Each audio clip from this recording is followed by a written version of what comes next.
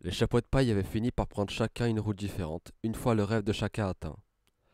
Mais il restait une famille. C'est pourquoi, ce 22 juillet, ils décidèrent que ce jour serait la date de leur réunion annuelle. Pendant des années, ils venaient tous sans exception. Ils abandonnaient ce qu'ils faisaient pour venir se retrouver sur le Sony, gardé sur l'archipel des Sabondi. Par ailleurs, bien souvent, Zoro venait accompagné de Sanji. Il paraît que c'était parce que ce marimo stupide est incapable de trouver son chemin, et je ne laisserai pas ce crétin faire de la peine à Nami et Robin. Personne n'a jamais mentionné le fait qu'ils repartaient ensemble à chaque fois. Certaines choses doivent rester non dites, malgré leur évidence totale. Frankie vivait de nouveau à Water Seven. Il avait, après tout, sa première famille qu'il avait entendue patiemment là-bas pendant des années. Nami et Usopp étaient dans la même situation que Frankie. Nami avait rejoint son île et sa sœur, Usopp était revenu à Kaya.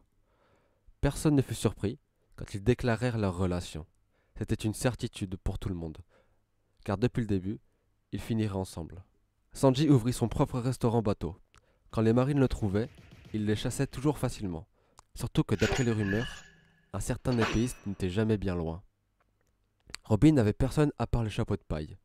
Chopper était seul car cette vieille sorcière qui lui avait servi de mentor et de famille était décédée de vieillesse, se classant sûrement dans les records de longévité.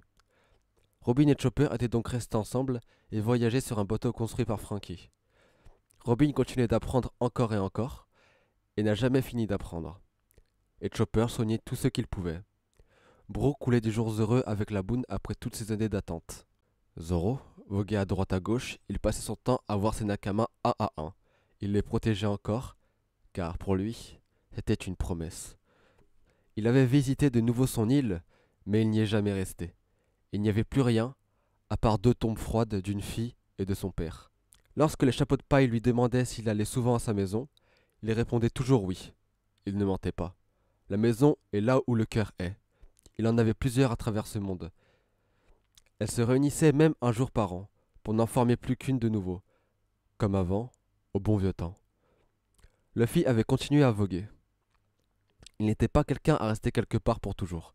Bien que la mer restait l'un de ses plus grands ennemis, il était néanmoins celle qui avait le cœur de Luffy. Pour toujours, Sabo a voyagé avec lui, comme il se l'était promis. Ace aussi était avec eux en quelque sorte. Il le serait toujours. Un matin, Luffy s'est arrêté de respirer. Il s'était éteint, comme un feu qui avait brûlé trop vite. Le sacrifice de ses années à Impel Down l'avait rattrapé. Personne n'aurait pu le sauver.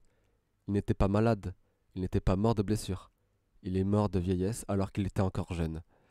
Il avait une fois de plus réalisé l'impossible. Leur ère s'est arrêtée au moment où il expira son dernier souffle. Aussi simplement, le monde de chacun des chapeaux de paille s'arrêta à cet instant et refusa de redémarrer.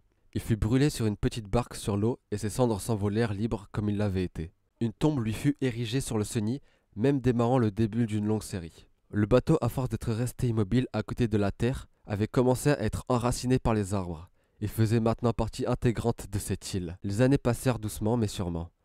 Ils se rassemblaient encore et encore chaque année en mémoire à une époque révolue. Petit à petit, ils étaient de moins en moins nombreux à venir, et les tombes étaient de plus en plus nombreuses. Le premier à partir fut Chopper. Il est resté un reine, malgré tout, et son espérance de vie était donc plus courte que celle des humains. Puis chacun suivirent un à un, leur temps était venu. Lorsque Sanji mourut, il laissa derrière lui les deux derniers membres des chapeaux de paille. Brook et Zoro étaient les derniers. Ils restèrent sur le Sony pendant plusieurs jours à réfléchir à ce qu'ils allaient faire. Zoro s'enferma dans un silence suite à la mort de Sanji. Et les jours qui suivirent, Brook attendit Zoro. Un jour, Zoro a parlé de nouveau. C'était le début de la fin. Brook, que faisons-nous maintenant? Il fut surpris d'entendre Zoro. Il ne savait même pas combien de temps était passé. Ça n'avait plus d'importance. Que faire? Bonne question. Zoro était vieux. Ses cheveux verts un jour n'étaient plus. Il avait les cheveux gris et des rides faisant leur apparition. Brook avait peur. Lui, il n'avait pas bougé. Ses os étaient les mêmes. Il était immortel. C'est un fait. Lorsque Zoro mourrait à son tour, il aura survécu à son deuxième équipage. Il ne voulait pas leur survivre. Brook? Il sortit Brook de ses ombres pensées. Il avait peur aussi. Pas pour lui, mais pour Brook. C'est un destin bien cruel que de survivre à tous. Il ne le souhaitait pas à son pire ennemi. Zoro, je... Il n'est plus terminé sa phrase. Que dire? Dans le fond, il voulait rester avec Zoro maintenant. Mais ça serait un choix égoïste, il le savait. Le mieux était de laisser Zoro. Il mourrait d'ailleurs sûrement dans l'année. Il ne resterait ainsi plus que lui. Il ne le coupa une fois de plus dans ses pensées, comme s'il les avait devinées. Brooke, voyageons ensemble, à partir de maintenant. Nous n'avons qu'à prendre le bateau qu'utilisaient Robin et Chopper.